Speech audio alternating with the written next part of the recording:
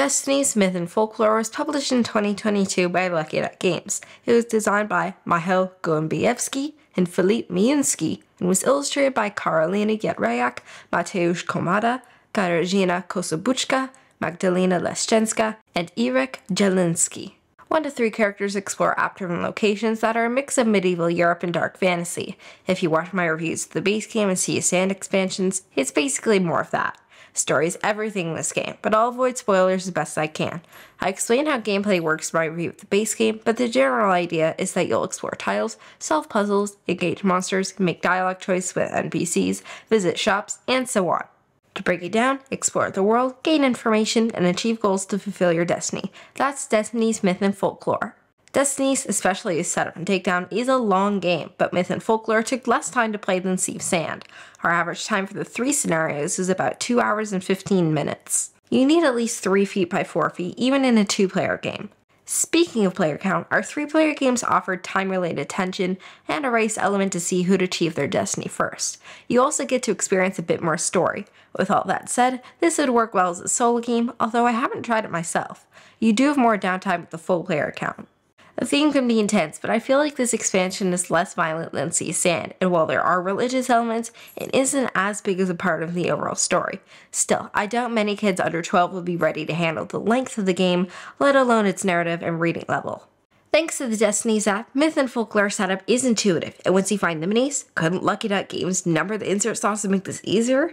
You're ready to play before too long. The art and overall aesthetic really pull you in, and the story is good, although not as epic or as interesting as Sea of Sands.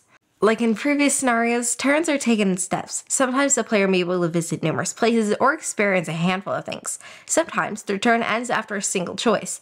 This can be frustrating because you feel like you waste a lot of time in the game running around, especially if another player scooped up the thing you were going while you're just sitting around. Missing out an item or a location won't lock you out of achieving your destiny, but too many missteps will make it very hard to catch up to the other players. Because turns can vary in length, downtime is a problem. Although the effect of your choices can occasionally be small, you'll be making them from the first turn up until your last. If you're familiar with lengthy tabletop RPG sessions, the experience here is similar. I talked about mitigation a few times in my previous reviews. Yes, luck still plays a huge role here, whether it's in your hunt for items, locations, or NPCs, or in your dice rolls. I don't know for certain, but it seems easier to earn crowns this time around. As a reminder, crowns can be traded in for either lower 2 skills by 1 to make them easier to roll in the future, or 1 skill by 2. What if you failed tasks still let you improve the key skill as a consolation? I must be careful not to spoil too many things, but I also feel like this game had a few more side quests, I guess I'd call them. That Myth and Folklore averaged about an hour less per scenario than Sea of Sand really surprised me. All of us. I think the reason is that while Sea of Sand is fast travel in other ways than moving around the large maps, Myth and Folklore's maps are smaller with seemingly more to do on them. On the other hand, whether it's because the maps were denser or because of the writing, I feel like some of the goals or objectives weren't as clear. It was surprisingly easy to need to waste a few turns waiting for more information. Destiny's Myth and Folklore is an app-based narrative RPG-like game that takes a long time, but offers tons of choices from start to finish. You need to go into this like, say, Dungeons & Dragons. Some worlds aren't going to go your way, or you won't be able to accomplish what you wanted. If you want to be in full control of your fate, skip this. If you don't mind spending a few hours exploring a dark fantasy world, this series' latest expansion is a really good way to do so.